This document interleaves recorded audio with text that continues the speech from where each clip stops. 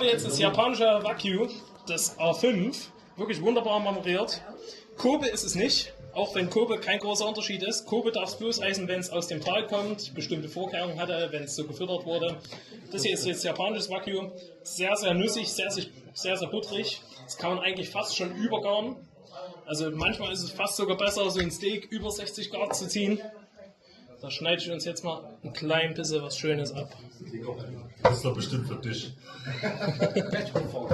Ja, das Steak hat bestimmt schon so 700 Gramm, vielleicht sogar ein bisschen mehr.